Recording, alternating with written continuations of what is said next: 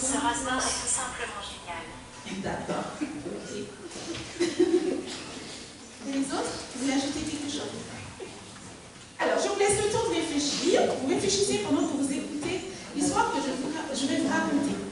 C'est l'histoire d'un très grand musicien, un violoniste plus particulièrement. Bon, je n'ai pas pris le violon de celle-ci et des autres, mais vous savez ce que c'est qu'un violon. Il allait jouer, il était attendu dans une ville, et en plus, il avait dit qu'il viendrait avec un violon qui coûte 10 000 $. C'est beaucoup, non?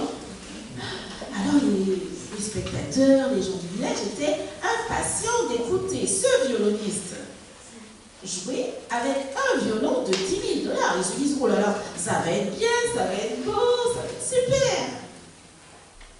Alors, le jour est arrivé, le jour du spectacle. Il a joué, il a joué, il a joué. Oh, les gens étaient vraiment émerveillés. Oh, mais c'est super comme il joue. Ils se sont laissés transporter. Et puis, brusquement, à la fin du concert, il casse le violon sur son genou. Oh, ah, pourquoi, dit Mayali. Oui, qu'est-ce qu'il fait? Alors les gens ils étaient surpris. Un violon de 10 000 $, il le casse comme ça. C'est bizarre. Il s'en va,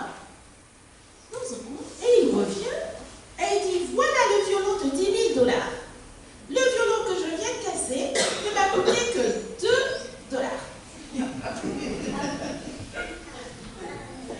Et pourtant, est-ce qu'il avait bien joué? Et il a joué avec un violon pas très enfant, qui ne valait que 2 $. Qu'est-ce que ça vous apprend? Eh bien, moi, ça me... Oui.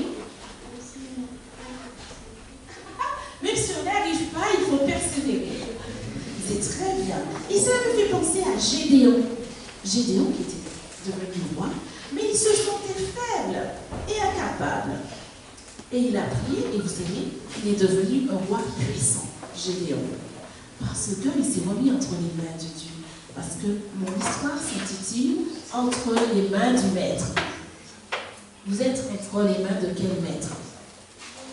De Dieu. Et avec Dieu, est-ce que tout est possible? On fait des exploits. Avec Dieu, vos élèves nous disent, on fait des exploits. Avec Dieu, Fanuel peut arrêter de jouer quand la maîtresse dit qu'il arrête de jouer. Il m'a dit que c'était ça qui était difficile pour lui. D'accord? Entre les mains du maître, on peut faire de grandes choses quand on croit qu'on n'est pas capable. Est-ce que vous êtes d'accord avec ça? Ouais? Vous êtes d'accord? Alors, est-ce qu'il y a toujours quelque chose que vous pensez que vous ne pouvez pas faire? Je ne peux pas sauter d'une falaise. Tu ne peux pas sauter d'une falaise. Alors, ça dépend de la situation. Est-ce vraiment utile de sauter d'une falaise? Ah, d'accord. S'il y a quelqu'un qui me poursuit pour me tuer. Ah, d'accord. Donc là, s'il y a quelqu'un qui poursuit Yoris et qu'il y a une falaise, Yoris va effectivement crier Dieu au secours et Dieu va lui donner la solution. Soit il va te permettre de sauter de la falaise, soit il va envoyer quelqu'un t'aider, mais en tout cas, il ne te laissera pas tomber. Qu'est-ce que tu en penses?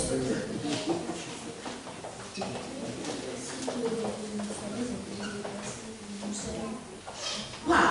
Amen, amen. Vous avez entendu? Il a dit, Dieu a dit que les falaises peuvent se déplacer, les montagnes. Que Dieu te permette de garder cette foi et que tu grandisses encore dans la foi et tu gardes cette confiance en Dieu, qu'avec Dieu tout est possible. Est-ce qu'il y a quelqu'un d'autre qui voudrait dire quelque chose? Non? Eh bien, parce qu'entre les mains du maître, tout est possible. Moi, avec Marie-Belle et toute l'équipe de prière, on va mettre une petite boîte à l'entrée. Vous voyez? Ici, c'est écrit requête. Donc, vous pourrez mettre, on va mettre du papier à disposition. C'est aussi bien pour les petits que les grands. Vous allez mettre vos requêtes. Ce que tu veux demander à Dieu, tu l'écris sur le papier, tu vas mettre dans la boîte. Et si tu veux le remercier parce qu'il t'aura permis de faire le concert, tu pourras mettre ici dans ce trou. Remerciement. D'accord? C'est une décoration qui nous rappelle qu'on est en fin d'année. En fin d'année, on est un peu plus ouvert. Donc, Voilà, et puis aujourd'hui, on va vous faire une autre décoration. Ça vous va? D'accord? N'oubliez pas, pour les petits et pour les grands, vos requêtes et vos remerciements. Parce que nous voulons tous rester entre les mains de Dieu. D'accord? Que Dieu vous garde et vous bénisse. Je vous souhaite une bonne journée. Bonjour, chers frères et sœurs. C'est un plaisir pour moi d'être là ce matin devant vous. Bien que sans beaucoup de force, mais avec, je dirais, beaucoup de grâce. Et je loue Dieu de ce qu'il est notre Dieu, de ce qu'il nous aime, n'est-ce pas? De ce qu'il est saint, de ce qu'il est bon, de ce qu'il est juste, que pouvons-nous dire encore? De ce qu'il est fidèle, amen. De ce qu'il est compatissant, lent à la colère, de ce qu'il est amour, de ce qu'il est humble de cœur. Il est humble de cœur. Il est notre papa. Il est notre papa, amen. De ce qu'il est puissant, alléluia. Pardon? Prince de paix. Il est prince de paix, il apporte la paix, amen. Il est la victoire. Il est notre victoire, amen. Parce Amen. qu'il a toute autorité dans le ciel et sur la Il terre. a toute autorité, alléluia. Amen. Je loue Dieu pour cela, je lui rends grâce, j'élève son Saint-Nom. Et ce matin, ce moment que nous avons passé, je suis vraiment heureuse du moment où nous avons pu ouvrir nos cœurs dans la louange, parce que ce moment que nous avons passé, j'aimerais juste partager avec vous ce que Dieu a mis dans mon cœur, et c'est juste un moment d'exaltation pour chacun de nous, un moment, certainement nous allons aussi apprendre des choses d'enseignement, mais il y aura certainement beaucoup de questions pour nous pousser à la réflexion, mais aussi beaucoup d'invitations. Et je prie que ces paroles nous touchent par le Saint-Esprit et nous aident à nous positionner, à grandir. Quand nous allons parler de... Alors je vais présenter ça comme ça. Nous allons parler d'une forme de prière. Et en fait, cette forme de prière n'est rien d'autre que la louange. Et j'aimerais vraiment exalter chacun à vivre la louange comme une forme de prière puissante pour chaque aspect de nos vies. Lorsqu'en général on parle de louange, qu'est-ce qui vient tout de suite en tête? Le chant. Les psaumes. Est-ce que la louange, ce sont des psaumes et des chants? Pas seulement, dit certains. Quoi d'autre alors? Alors, quelqu'un a dit remerciement. Exaltation de Dieu. Qu'est-ce que ça peut bien vouloir dire, ma soeur? C'est faire ressortir toutes ses qualités, toute sa grandeur. Exactement. Parfois, on nous demande une louange. Et je ne sais pas si vous avez remarqué, même quand nous prions, parfois on nous demande une prière de louange. Et ça commence toujours par merci Seigneur, bénis ma famille, guéris un tel, fais ceci à un tel, donne ceci à celui-ci. Ça veut dire quoi? Que nos louanges, en fait, se changent très vite en requêtes. Ça veut dire que nous ne savons pas louer Dieu. Nous ne savons pas élever son nom et l'exalter. Souvent, et c'est malheureux, mais souvent, c'est une image un peu malheureuse, mais je crois que c'est vrai. Nous faisons parfois de Dieu notre distributeur automatique. Bon, j'ai besoin de 100 €. Zoup, Seigneur, 100 €. J'ai besoin de ça, de mal ici. Bon, Seigneur, s'il te plaît, fais ça. J'ai une difficulté ici, Seigneur, fais ça. Il est notre distributeur automatique, comme quelqu'un qu'on met dans notre poche et qu'on emmène avec nous dans nos situations. Mais notre Seigneur est plus que ça. Il n'est pas celui qu'on emmène avec nous. Il n'est pas celui sur lequel on appuie ce bouton pour nous donner ce qu'on a besoin. Le Seigneur veut être le centre de notre vie. Il veut être le tout. Il est la raison pour laquelle nous vivons. Il est la raison pour laquelle nous levons. Il est notre souffle de vie. Il est notre Dieu. On l'a dit tout à l'heure, notre Père. Il est bon. Il est puissant. Il n'est pas juste notre carte bancaire qui nous donne ce que nous avons besoin. N'est-ce pas? Notre Dieu est plus que ça. Et Ce que j'aimerais ce matin que nous réalisions, c'est que louer Dieu, c'est une forme de prière. Parce que lorsque nous louons Dieu, nous nous adressons à Dieu. Donc c'est une prière, puisque prier, c'est parler à Dieu. Donc définitivement, il faut que nous sachions que louer Dieu, c'est prier. Et que cette forme de prière transforme nos vies à de la puissance. Nous le savons puisque nous connaissons les histoires dans la Bible. Par exemple, est-ce que quelqu'un peut citer une histoire très connue que nous aimons souvent prendre pour parler de louange? Dans 2 Chroniques. 2 Chroniques 20. C'est l'histoire de Josaphat qui part en guerre. Donc il y a une menace, il y a la guerre qui arrive. Le peuple a très peur. Et qu'est-ce qui se passe? Comment? Il commence par prier. Il rassemble le peuple et il met qui en avant du peuple avant de partir au combat? Des chantres. D'accord, des chantres qui louent l'Éternel. Et qu'est-ce qui se passe? Avec éclat. Le combat est gagné avant même que rien ne se passe. La confusion est semée dans le camp et la victoire est donnée. Une expérience de combat qui a été transformée juste parce que des hommes qui connaissent Dieu, qui savent qui il est, ont élevé son nom. Et cela a permis à l'Éternel de venir, de descendre et de mettre sa vie dans la situation de ce combat et de donner la victoire.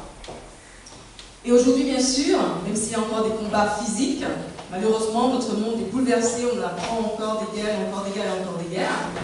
Mais nous savons que nous n'avons pas à combattre dans ce combat physique, car notre combat est un combat spirituel, comme Éphésiens 6, verset 12 nous le dit. C'est un combat contre la chair. Et d'ailleurs, lorsque nous lisons dans Éphésiens 6, nous voyons bien que parmi les armes que Dieu nous donne, il y a la prière, il y a donc la louange, parce que la louange est une prière. Dieu nous donne ces éléments de combat, il nous donne la vérité, il nous donne la justice, mais il nous dit aussi de prendre la foi, de prendre le salut, de prendre la parole de Dieu, mais il nous dit aussi, faites en tout temps par l'Esprit toutes sortes de prières et de supplications. Veillez à cela avec une entière persévérance et priez pour tous les saints. En fait, est-ce que ça vous a jamais attiré l'esprit quand la Bible nous dit toutes sortes de prières? Eh bien, j'ai compris en fait que c'est important ce petit détail en fait. Parce qu'il y a des moments, je ne sais pas si ça vous arrive, où on est fatigué. Et quand il faut prier, alors moi je vais vous dire spécialement, ça m'arrive, voilà, je viens à l'église et je parle avec mes frères et sœurs, et un sujet de prière sort, un besoin. Et je me dis, ah oui, j'aimerais prier pour cette personne. Mais la semaine commence et c'est compliqué, parce que nous avons tous des lits malheureusement trop remplis. Et j'ai peut-être fait 3 jours, je me suis dit, ah mais j'ai pas prié pour la personne. Alors, j'ai compris que je ne pouvais plus passer mon temps à juste penser, souhaiter prier pour la personne. Il fallait écrire maintenant sur une liste. Mais je vous avoue que parfois, la liste est tellement grande que ça me rend un petit peu anxieux. Et ça m'arrive aussi d'oublier même cette liste de prières. En fait, tout ça pour dire que nous sommes parfois, nous souhaitons peut-être prier, mais nous n'y arrivons pas parce que nous sommes submergés et que nous sommes fatigués. Et pour toutes sortes de raisons, nous pouvons avoir du mal à prier. Parce que prier quand même, prier dans le sens, je veux dire, dans le sens d'aligner des mots, aligner des paroles et parler à Dieu. Je ne sais pas si vous voyez comme ça, mais ça prend quand même de l'énergie. Hein. Il faut quand même une certaine force mentale. On ne se rend peut-être pas compte, mais ça demande quand même d'aligner des mots. Ça m'est déjà arrivé de me sentir si fatiguée que je n'arrive pas à aligner des mots. Et dans ces moments, j'ai compris que malgré tout, nous pouvons prier. Et j'aime bien cette parole de chanson qui dit « Vous ne pouvez pas m'enlever la liberté de penser ». Et je vais la traduire en « Vous ne pouvez pas m'enlever la liberté de prier ». même si je suis fatiguée, même si on me met quelque part, même si on me prend, même si on me dit tu es en prison, tu ne peux pas, tu peux rien faire, vous ne pouvez pas enlever la liberté de prier. Nous ne pouvons pas être empêchés de nous connecter à notre Dieu, n'est-ce pas? Mais par contre, parfois, nous ne pouvons pas le faire avec des mots alignés. Parfois, je prends cette image, il m'arrive juste de me dire, je m'enferme dans mon cœur, je m'enferme, et je parle mon cœur, je prie tout ce qu'il y a dans mon cœur à mon Dieu. Et ça, je trouve ça puissant parce que rien ne peut nous empêcher de faire ça. On n'a pas besoin d'être debout pour faire ça, ou à genoux, ou je ne sais pas, voilà, une position qui, quand on regarde, on dira cas d'esprit. On peut le faire dans n'importe quelle façon, dans n'importe quelle condition, toutes sortes de prières. Ça m'est déjà même arrivé que parfois j'ai envie de prier. Hein. J'ai une famille, on est 8, juste ma famille, mes parents et mes frères et sœurs. Et j'ai déjà expérimenté que si je prends le temps d'intercéder vraiment pour ma famille, et bien 8 personnes, et s'il faut citer les sujets, ça met combien de temps à votre avis? Au moins, parfois, mes frères et sœurs, parfois des gens ne comprennent pas pourquoi on reste 1 heure à prier, mais si on prie vraiment en intercédant, en présentant à Dieu des sujets particuliers de nos frères et sœurs, 1 heure, ça passe vite. Donc quand je disais que ça prend de l'énergie, ça prend de l'énergie, c'est vrai. Et ça m'est arrivé de ne pas avoir cette énergie et de me dire, ok, et de comprendre en fait toutes sortes de prières, parce que même si je n'ai pas l'énergie de prier, je vais élever le nom de la personne devant Dieu et je vais dire, Père, Joël, Seigneur, Joël, Rita, Fabrice, le Seigneur connaît mieux que nous ce qu'il faut.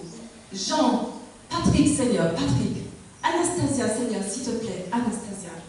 Dans mon cœur sortira quand même une supplication qui ne se traduit pas en parole, mais c'est une prière. Toutes sortes de prières. S'il faut nous lever, parce que ça m'arrive aussi parfois le matin de me lever, de me sentir tellement fatiguée que je ne peux pas rester concentrée, alors s'il faut marcher autour de la table, ça m'est déjà arrivé, je ne sais pas si tu peux faire ça, mais s'il faut marcher autour de ma table, je vais dire Seigneur, tu es mon Dieu, je t'adore, je t'aime. Merci parce que pour la vie, merci parce que tu es là, merci parce que tu es là, merci Seigneur. Je te présente ça, je te présente ma famille, je te présente ma vie, vois ma vie. Parce que c'est la façon qui me permet d'être connectée à Dieu. Si je reste là assise dans le lit ou devant la chaise, je sais que je ne vais pas être concentrée, mon esprit va partir là, je vais penser à ça. Alors, je me mets dans des conditions où je peux me connecter à mon Dieu. Et j'aimerais vous dire, chers frères et sœurs, que ce n'est pas de la charismatie pour les charismatiques, c'est ça. C'est une vie qui a envie d'être devant Dieu et de se connecter à Dieu. Et qui met son corps dans les conditions pour y arriver. Donc même si on peut voir d'autres personnes faire ça et on dit oh là là, c'est charismatique ça. Enfin, elle est un peu bizarre la sœur Gladys quand même. Elle a des élans de trucs un peu trop. Qu'on en dise ce qu'on en dise.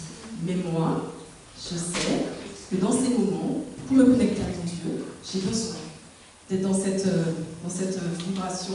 Et je le fais. Parce que je comprends que la Bible nous invite, il nous dit en plus, veillez à cela avec une entière persévérance, à faire toutes sortes de prières. Ce qui compte, ce n'est pas la forme, qu'on pourrait nous dire, ah, c'est l'esprit. Ce qui compte, c'est notre disposition de cœur. C'est notre cœur. Et donc, ce matin, j'aimerais donc effectivement, que nous découvrions, que nous nous rappelions, que nous comprenions un peu plus comment cette forme de prière qui est la louange est vraiment une prière qui peut transformer nos vies. Nous l'avons vu dans l'exemple de Josaphat, nous le voyons dans le cœur de David, combien il est tout le temps en train de louer Dieu. Nous aimons prendre ses psaumes, nous aimons prendre, pour chanter. Et nous avons chanté ces louanges ce matin. Sans que cela ait été planifié, sœur Marie-Évine, elle a choisi des chants qui étaient que des louanges. Nous avons pu ce matin louer Dieu. Et il y a des louanges comme ça, il y a des chansons comme ça qui sont vraiment que des louanges. Est-ce que vous connaissez le psaume, pardon, pas le psaume, mais le cantique 107 dans les louanges. Ce cantique, voilà, ça me sort de la tête, déploiement de notre hommage.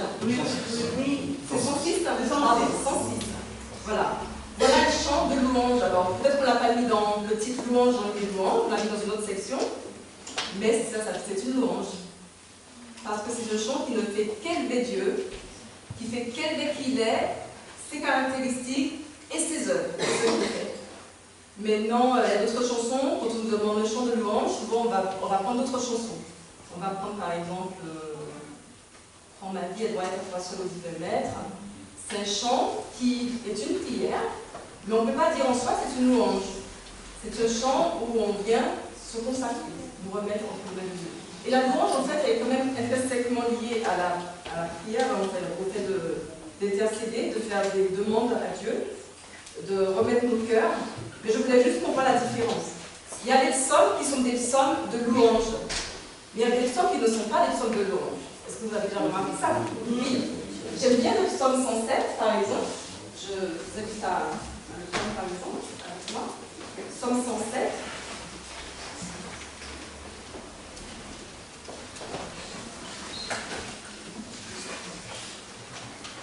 On ne va pas tout lire, mais on va garder. On ne va pas tout lire, mais on va garder peut-être deux sections. Est-ce que, Sœur Joëlle, tu voudrais bien nous le lire, du verset 1 jusqu'au verset... Alors, on va faire juste du verset 1 à 9. S'il te plaît, merci. Nous sommes de David. Ne t'irrite pas contre les méchants. N'envie pas. 107. Ah, 107. J'en entends 37. J'ai un problème. D'accord, 107. Ça m'étonne aussi que ce soit une louange. Voilà. Louez l'Éternel, car il est bon, car sa miséricorde dure à toujours. Ainsi disent les rachetés de l'Éternel, ceux qu'il a délivrés de la main de l'ennemi, et qu'il a rassemblés de tous les pays, de l'Orient et de l'Occident, du Nord et de la mer. Ils erraient dans le désert, ils marchaient dans la solitude, sans trouver une ville où ils puissent habiter. Ils souffraient de la faim et de la soif, leur âme était languissante. Dans leur détresse, ils crièrent à l'Éternel, et il les délivra de leurs angoisses. Il les conduisit par le droit chemin pour qu'ils arrivassent dans une ville habitable. Qu'ils louent l'Éternel pour sa bonté et pour ses merveilles en faveur des fils de l'homme, car il a satisfait l'âme altérée, il a comblé de bien l'âme affamée. Ce qui avait pour demeure les ténèbres. Merci. Ça suffit. Oui, je te remercie, on va s'arrêter là.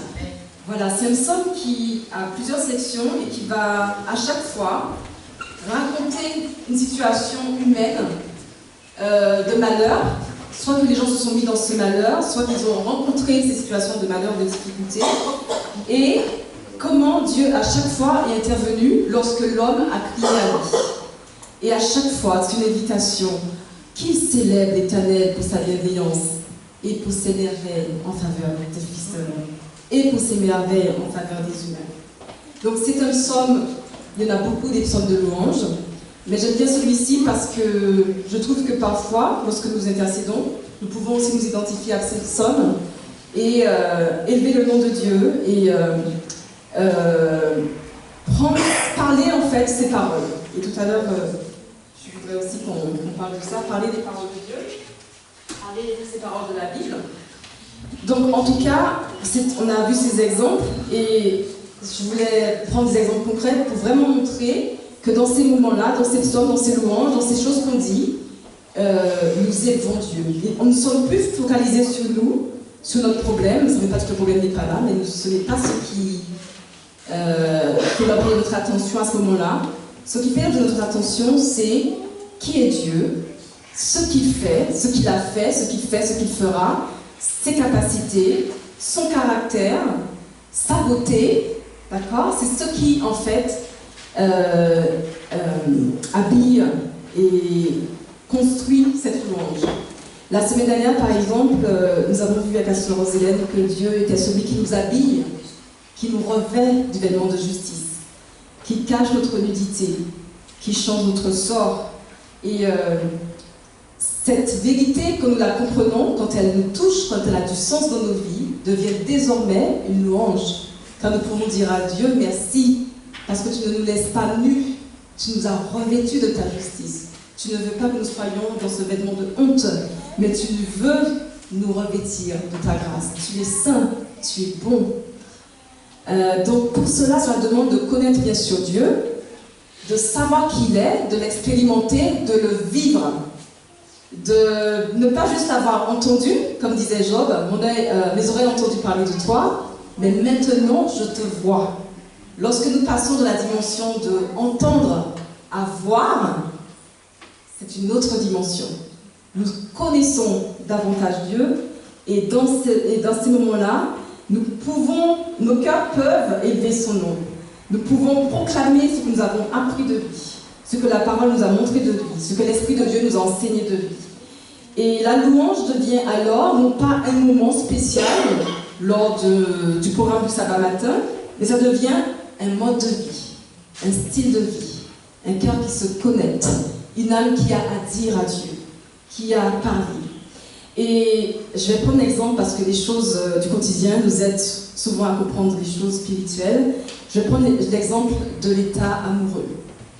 Alors, certainement beaucoup d'entre nous avons été amoureux déjà, peut-être pas les plus jeunes, mais l'état amoureux, c'était comment? Je le suis encore. Amen. Amen, amen, amen. L'état amoureux, mais c'est magnifique. Nous devons être encore amoureux de Dieu. J'espère que nous avons déjà expérimenté cet état d'avoir été touchés par Dieu pour pouvoir dire Seigneur, je t'aime. J'espère que nos cœurs peuvent dire ça au Seigneur. Je l'ai crié ce matin. Amen. Nous pouvons dire au Seigneur, Seigneur, et nous pouvons le dire non seulement que nous sommes seuls, mais aussi ensemble. Seigneur, nous t'aimons. Seigneur, nous voulons faire ta volonté. Seigneur, je t'aime. J'espère que c'est quelque chose que nous pouvons dire, non pas seulement à notre mari, à notre femme, à nos enfants, mais que nous pouvons vraiment dire souvent à notre Dieu. Alors je prends l'exemple de l'état amoureux, parce que lorsque nous sommes amoureux, qu'est-ce qui se passe? Est-ce que le grand peut dire ça à un plus petit pour qu'il soit préparé quand ça va bien?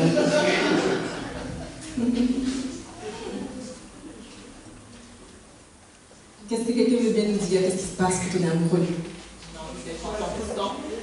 On passe toujours à la personne qu'on aime. On a envie d'être ensemble tout le temps. On a envie d'être ensemble tout le temps. Si on prend juste ça, déjà, nos pensées sont captivées et focalisées sur la personne, et on a envie de sa présence. Et on va ajouter une dernière chose aussi. On parle souvent de la personne, et on parle d'elle comment? On relève quoi? Ses qualités. Voilà. On peut, je pense, dire que ça caractérise l'état amoureux. Eh bien, en fait, est-ce que vous avez déjà remarqué, par exemple, quand dans la Bible, il y a des moments où Dieu parle à son peuple. Dieu parle à son peuple, Israël, et il lui dit des choses comme ça. De loin, je me montre à toi, je t'aime de l'amour éternel. C'est pourquoi je te conserve à ma bonté. Il dit encore, tu as du prix à mes yeux. Je t'aime. Tu es honoré. Il dit encore, tu as une couronne splendide dans la main de l'Éternel, un turban royal. Tu es mon plaisir. Tu es mon épousée. Waouh! Ce sont des paroles qui sortent du cœur, n'est-ce pas? Ça sort du cœur, le cœur parle. C'est beau, c'est profond, c'est plein de vie, n'est-ce pas? On voit que c'est pas seulement dit, c'est pensé. Et plus que penser, on voit qu'il y a une vision. Dieu ne dit pas juste oh, je t'aime, il dit mais non seulement je t'aime, mais j'ai tout un plan pour toi. Je te vois déjà. Tu ne seras pas, il dit parfois, tu ne seras pas appelé délaissé. Il y a tout un plan en fait, il y a toute une vision, il y a tout un plan à long terme où il veut amener sa bien-aimée. Et permettez-moi de dire en passant à mes chers frères qui sont mariés que ces mots qui sont si beaux, si profonds, si forts sont aussi un modèle des paroles que nous pouvons dire, que vous pouvez dire à vos épouses. Ça paraît trop fort. En fait, la Bible dit aimez vos femmes comme Christ a aimé l'Église. Et s'est donné lui-même pour elle. En fait, ça peut paraître fort, mais je trouve que c'est un modèle de ce qui peut jaillir du cœur lorsque justement l'amour de Dieu y est, et lorsqu'on a compris que le modèle c'est Christ, et qu'il n'y a même pas besoin d'avoir peur de pouvoir dire à cette épouse, peut-être parfois qui n'est pas très facile à supporter, tu sais, je t'aime d'un amour éternel. C'est pourquoi je te conserve malgré ce que tu es en train de faire. Ça fait rire, c'est rigolo, mais en fait, c'est juste pour souligner le fait que ce qui jaillit là de la bouche de Christ pour son peuple, et ce qui jaillit aussi du cœur de Marie pour son épouse, c'est ce qui jaillit du cœur de quelqu'un qui aime quelqu'un d'autre, parce que ça vient du cœur. Et oui, nous pouvons dire « je t'aime » sans condition, nous pouvons dire à l'autre « sache que tu es aimé, que tu es honoré, que tu as du bruit à mes yeux, tu es spécial à mon cœur, sache que tu es plaisir, tu es le pilier de ma joie ». Il n'y a pas que les poètes qui disent ces mots. Ça sort du cœur parce que c'est dans le cœur. Et la Bible nous dit c'est de l'abondance du cœur que la bouche parle. Alors excusez-moi de vous dire, mais si parfois vous vous rendez compte qu'il n'y a pas beaucoup de choses qui sortent de la bouche, c'est peut-être que dans le cœur, il n'y a pas grand-chose. Peut-être. Alors parfois, on est timide. Mais je trouve que lorsqu'on loue Dieu, même quand on est quelqu'un de timide et qui avons peur de l'autre, là, on voit, ça nous ouvre vraiment à qui on est. Et du coup, c'est comme si ça éclate certaines barrières, en fait. Ça éclate certaines barrières. Et quand on ose ne pas retenir ce qu'on le sent vraiment au fond de soi, parce que malheureusement, même dans la vie de tous les jours, les uns avec les autres, on fait ça, mais c'est dommage, mais parfois on le fait parce que si on a eu l'habitude de dire des choses trop fortement, et parfois quelqu'un nous a dit « oh là là, mais elle est un peu trop, elle est too much », alors qu'est-ce qu'on fait la prochaine fois? On a la tendance à réduire. Mais malheureusement, en faisant ça, on perd de qui on est, on perd de l'élan, on perd de la force. Et j'aimerais vous dire, mes frères et sœurs, c'est dommage, parce que nous savons que les relations s'influencent les uns les autres, n'est-ce pas? Si je viens à l'église par exemple, et que, comme tout à l'heure, c'est toujours un challenge parce que quand par exemple la sœur nous invite à nous faire comme nous voulons, et bien parfois on se dit on va se mettre debout, on va se mettre debout. Bon, déjà on réfléchit parce que il y a plein de choses qui mettent dans nos têtes. Si on commence à faire ça, qu'est-ce qu'on va dire? Ça va faire bizarre, ça va être trop. Voilà. Donc déjà on réfléchit. On reste souvent assis, pourquoi? On reste souvent dans une position la plus, je dirais, soft, la plus calme, la plus confortable peut-être, mais la moins, qui déborde le moins possible. Et pourquoi?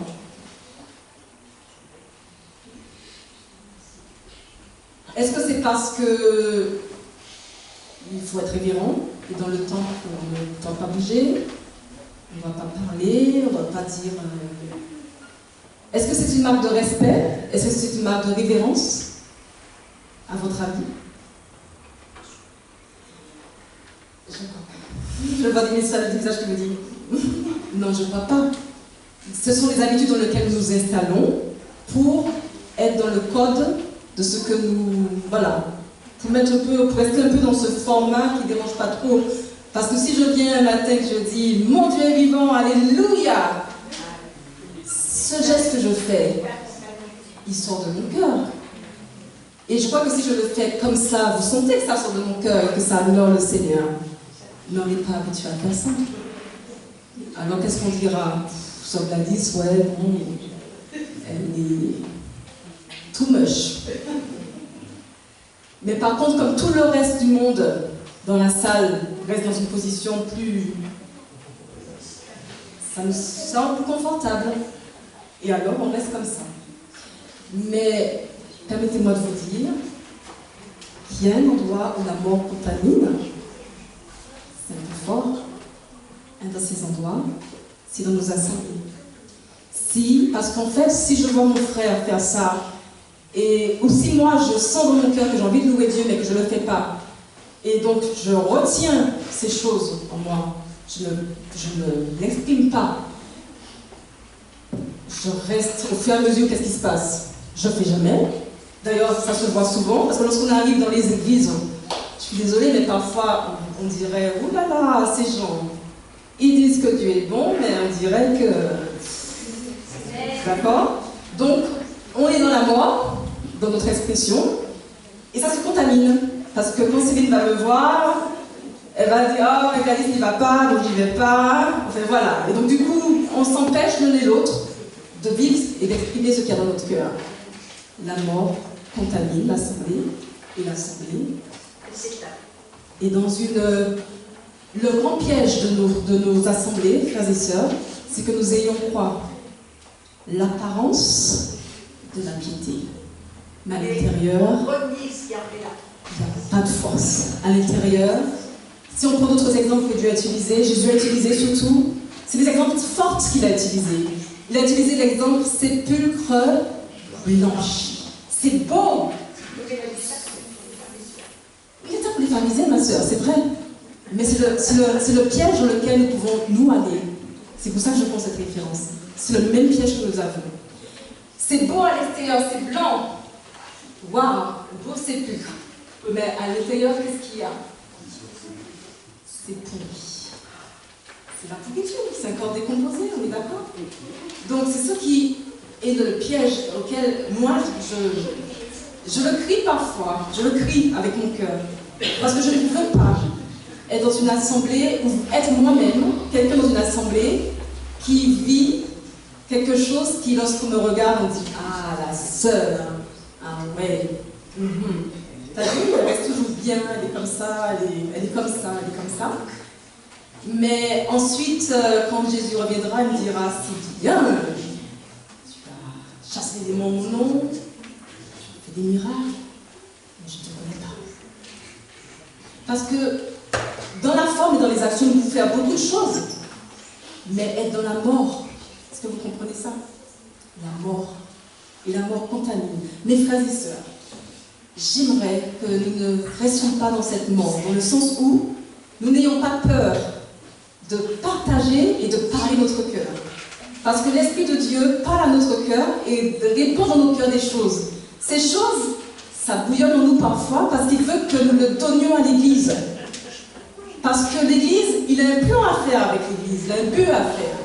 Mais qu'est-ce qui se passe? Si moi, je retiens ces choses, je ne le dis pas.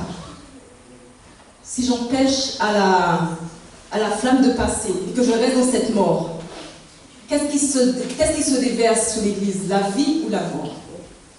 C'est peut-être fort, mais la parole de Dieu est une épée et je voudrais que nous la saisissions aujourd'hui et que nous refusions d'être dans cette forme d'habitude et de tradition qui nous donne l'impression d'être bien. Et peut-être que lorsque nous nous voyons nous-mêmes ou que d'autres nous voient, nous disons c'est pas mal, c'est bien, ou c'est déjà ça. Que nous refusions ça pour être dans une vie, être dans la vie de l'esprit. Il n'y a pas de chemin, c'est soit la vie de l'esprit ou soit la mort. Vous êtes d'accord? Celui qui, comme le pharisien, pour reprendre cet exemple, paraît bien, donne son argent aux pauvres, vient devant Dieu en disant « Ah, mon Dieu, je donnais de l'argent aux pauvres. Cette semaine, 5 000 € j'ai claqué pour ce pauvre qui en avait besoin. » Celui-là, quand on le regarde, il paraît comment? Il paraît bon. L'homme regarde à ce qui frappe les yeux, mais l'Éternel regarde au cœur. Il paraît bon, mais à l'intérieur, c'est pourri. Jésus leur dit sépulcre blanchi. Donc, mon souhait pour chacun de nous, et pour moi, c'est que le Seigneur, en nous regardant, en regardant notre assemblée d'église, en regardant nos familles déjà, parce que ça commence dans le privé de nos familles et le privé de nos chambres, que le Seigneur regarde, il n'est pas à dire comédien que vous êtes, hypocrite, ça veut dire comédien, hypocrite, comédien, vous jouez des rôles, non, pas à moi, mais qui puisse dire au contraire, oui, je me reconnais en toi, parce que ma vie, que mon esprit donne à ta vie, veut répondre sur ta vie, tu la saisis, tu acceptes la vie, et tu acceptes aussi de la répondre autour de toi. Il y a beaucoup de choses qui nous interpellent dans la parole de Dieu, notamment le fait d'avoir des louanges des lèvres et pas du cœur. Rappelez-vous que Dieu disait au peuple, je hais vos sacrifices, je hais ce que vous faites, parce qu'en fait, oui, on viendra devant Dieu peut-être chanter prends ma vie, mais c'est des mots. Est-ce que nous désirons vraiment que Dieu prenne notre vie? Est-ce que nous désirons vraiment être proches de Dieu? Est-ce que nous voulons vraiment être intimes avec lui? Est-ce que nous voulons vraiment faire sa volonté? Est-ce que c'est véritable ça, dans nos sentiments, dans nos désirs, dans nos souhaits? Regardez, chers frères et sœurs, il y a des choses que nous aimons bien parfois. Nous aimons par exemple, le foot. Il y a plein d'exemples qu'on peut prendre. Moi j'aime bien les choses comiques qui font rire. On aime bien les choses. Nous aimons tous certaines choses. Regardez bien comme une chose, nous aimons cette chose. Qu'est-ce qui se passe? Quand vous regardez un match de foot, si vous êtes passionné de foot, que vous regardiez un chant, un concert de quelqu'un que vous aimez bien, ou que vous regardez, je sais pas, la comédie ou un film, comment sont vos cellules, vos corps, vos membres, vos bras? Comment ils réagissent?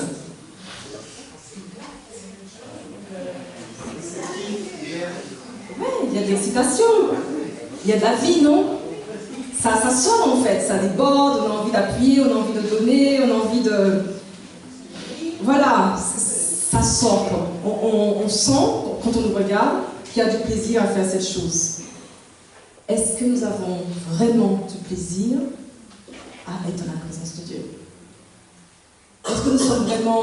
Est-ce que ce mot-là, excité, excitation, est-ce vraiment de l'excitation à venir devant Dieu?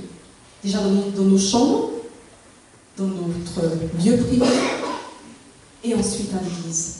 Parce que si nous le vivons dans le privé, lorsque nous arrivons le sabbat à l'église, ce n'est qu'une addition de tout ça. Et même une multiplication de tout ça. Parce que la semaine, dans le privé, j'ai vécu ça. Quand je viens, ça déborde. Ça se met ensemble, ça fait une réaction particulière, en chaîne. Mais si je ne vis pas ça dans le privé, oui, je vais venir à l'église et je peux être contente de venir à l'église. Je vais chanter les chansons du sabbat matin. Je vais peut-être danser si la musique entraîne. Mais la vérité, c'est que ce sera de la forme, ce sera du vide, parce qu'il manque une vie. Et cette vie qui y manque, c'est la vie de l'Esprit de Dieu. Il y a vraiment une différence entre la religion et la vie de l'Esprit de Dieu. Il y a vraiment une différence. Entre, je dirais plutôt la religiosité et la vie de l'Esprit de Dieu. Parce que la religiosité, c'est faire des choses, beaucoup de choses, rituelles. Par exemple, les officiers en l'église, on se met debout. Voilà, si on dit asseyez-vous, on s'assied, mettez-vous debout, on se met debout. Mettez-vous debout pour chanter telle chanson, on se met debout. Ce sont des rituels qui nous permettent de faire des choses. Mais si dans ces rituels, il n'y a pas le cœur, si dans ces rituels, il n'y a pas la vie de l'Esprit de Dieu, cela reste sans la vie de l'Esprit, c'est la mort. Et donc, j'aimerais vraiment nous inviter, non seulement alors je dirais comme ça, à parler notre cœur. Quand nous sommes devant Dieu tout seuls, parlons notre cœur.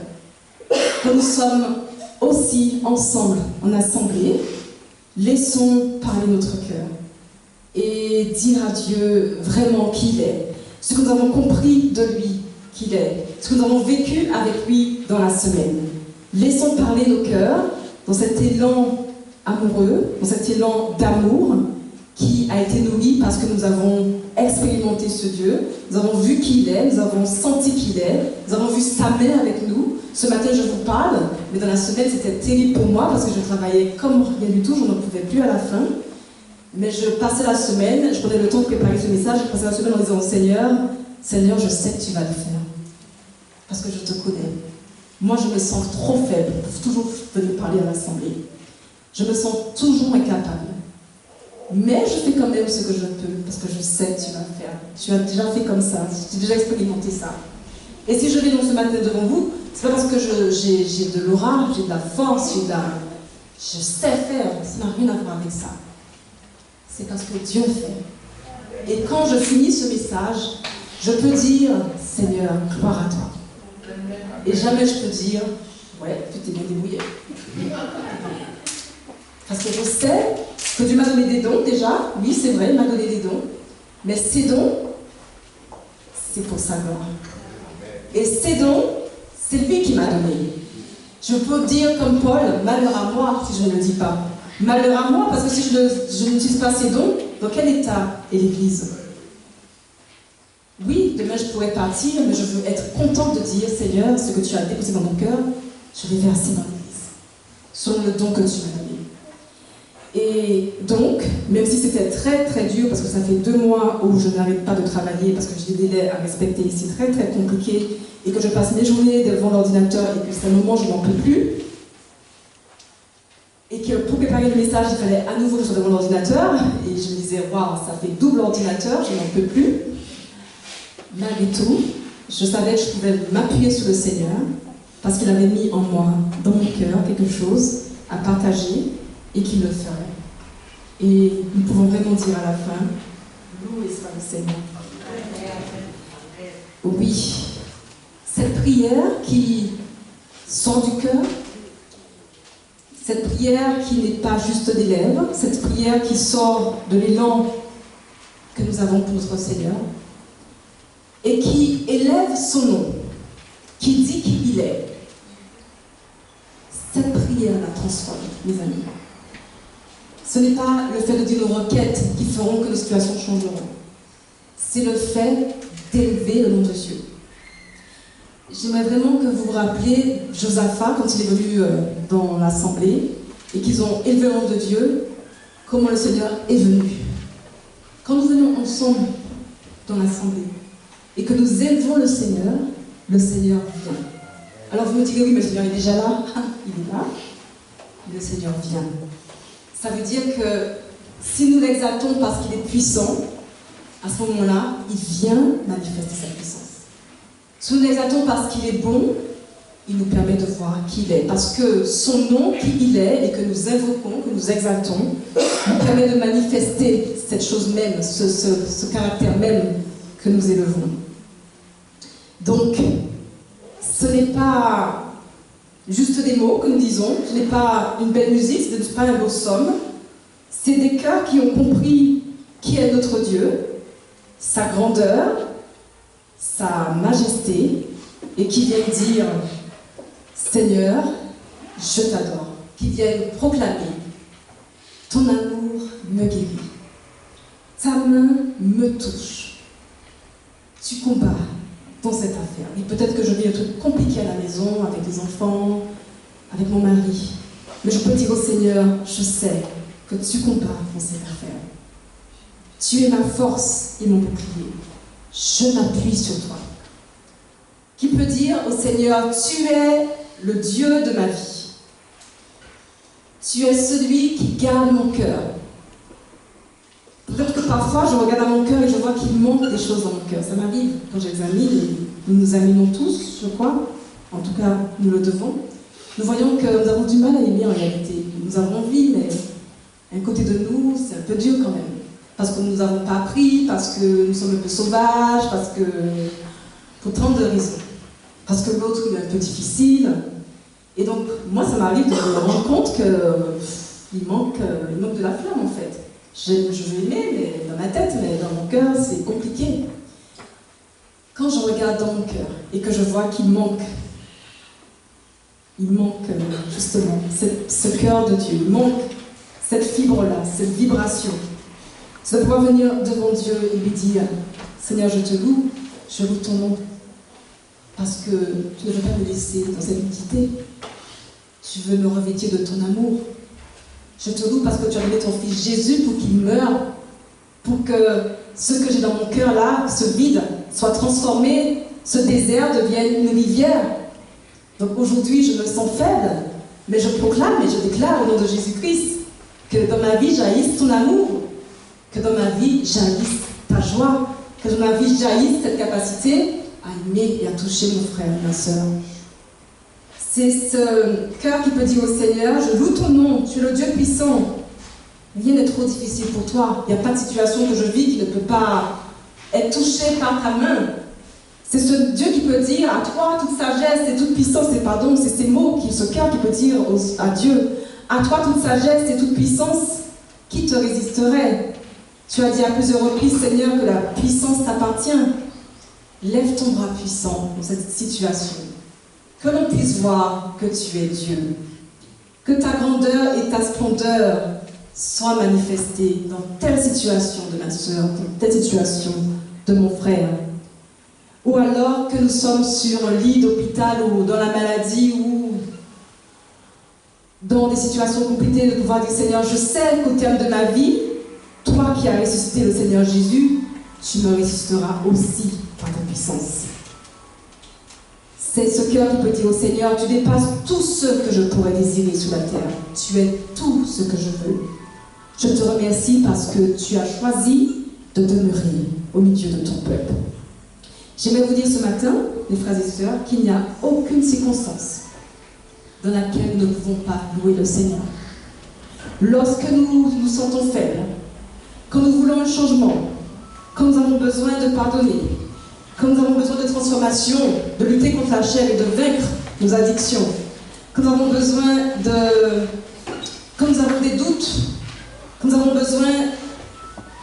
des besoins à pourvoir, des besoins matériels ou dans notre physique, quand nous avons de l'angoisse, de la crainte, du découragement, quand nous avons le sentiment aussi que tout va bien, il n'y a aucune circonstance qui ne nécessite pas que nous n'élevions le nom de notre Dieu. Alors, ce matin,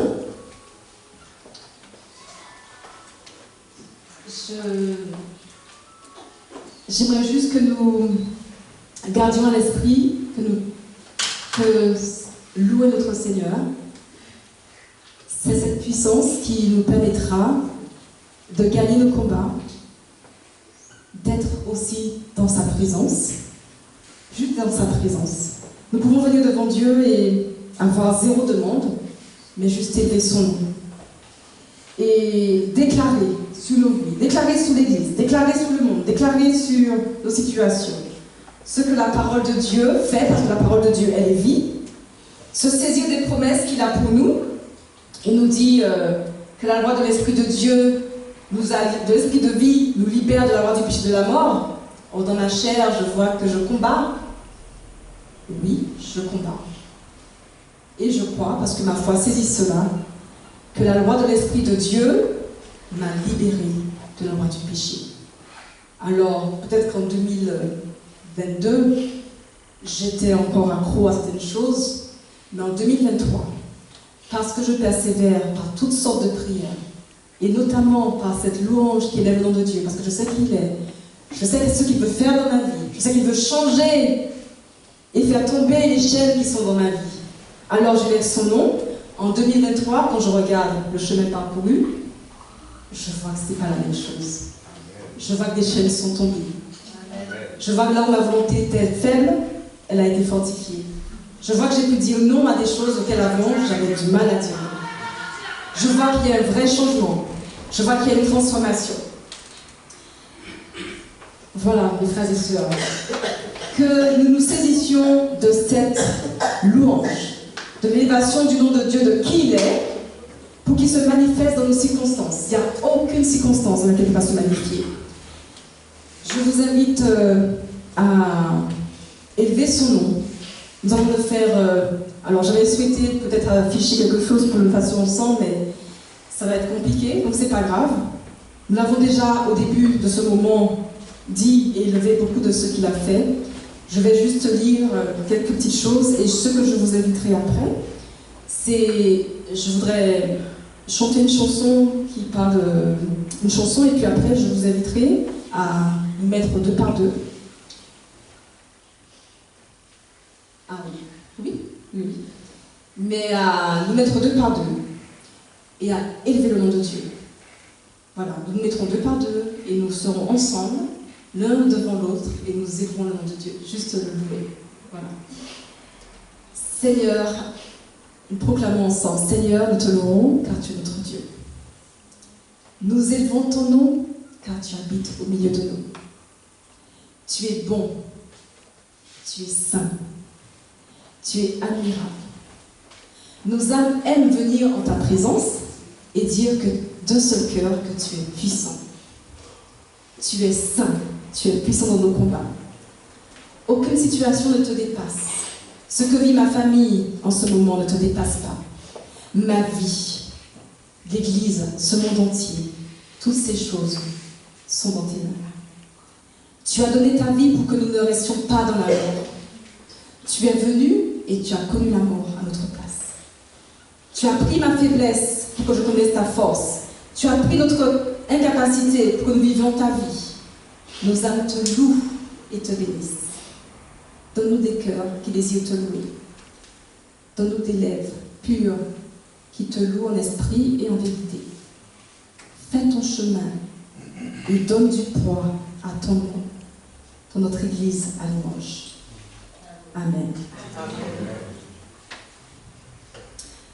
Juste avant que nous nous mettons deux par deux pour louer le Seigneur, il y a cette chanson que j'aime beaucoup parce que c'est une chanson qui nous dit qu'avec l'Esprit de Dieu, nous verrons la grandeur, nous verrons sa grandeur, nous vivrons l'unité, nous connaîtrons son cœur, nous serons ses témoins jusqu'au bout de la terre, nous aurons la puissance pour vaincre la chair avec son esprit. J'aimerais que ceux qui connaissent, nous ne sommes peut-être pas beaucoup à connaître, mais puissent le chanter avec moi, et ensuite nous nous mettrons deux par deux, et nous élèverons le nom du Seigneur.